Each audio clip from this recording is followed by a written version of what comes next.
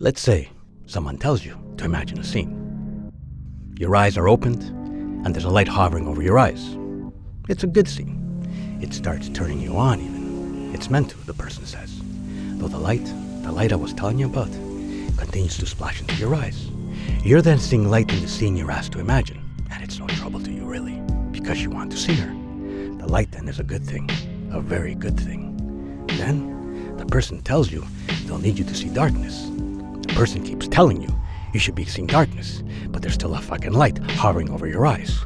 You try staring at a light while being asked to see darkness. It's fucking impossible. Believe me, there's a light coming into you, coming into your eyes. You can't see darkness, and you don't want to. You really don't want to. And besides, the light isn't a problem, because it's her. It's always been her. It's what it was like. That's what it was always like with her.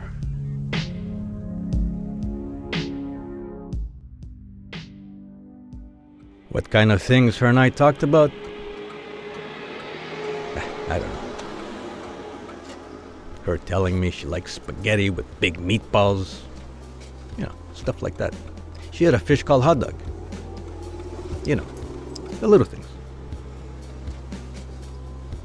Her childhood. Yeah, seemed like a good one. Maybe. And man, was she a forgetful little thing. Always forgetting her wallet, a lipstick, this, that, or the other. Nah, she was no baby. But then, she was no adult either, you know. She was right there in between this cusp, forming real into herself. I'd noticed that a lot about her. And wondering about all the things that I was never able to notice. The things that I had missed out on. Like what she looked like when she was younger. Finding myself wondering what her parents would see if they were in front of her. Watching her. Maybe it's because I didn't know her then. That's why I'm thinking this. I couldn't have ever noticed her then. Like that. She'd flash this smile a lot. Maybe her mom smiled the same way. She never told me much about them. There was a mother, a stepfather, and maybe some other kids, bouncing around like wild jelly beans maybe. I like to think she had it good with him, and if she made her family happy, or you know, did they make her proud? How did she get into it? That's $1 million question. I don't know. It came from somewhere though. Yeah, her career got her tangled real bad, but she worked hard, like a real dog. But she was no bitch. No, because she knew how to make money. Always wads of cash on her. Smart girl. She once wrote a poem about herself. It went something like her being a wandering alley cat.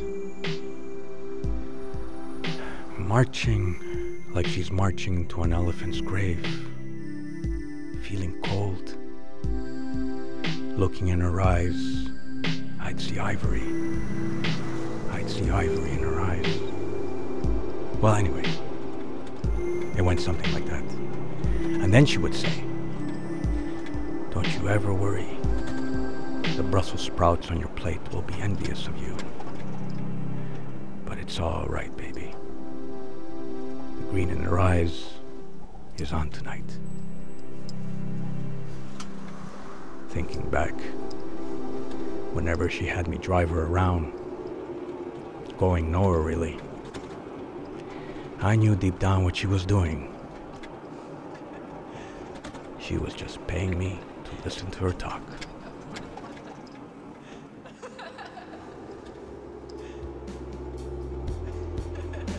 I remember her asking me to drive her to the train station with these ivory eyes on her.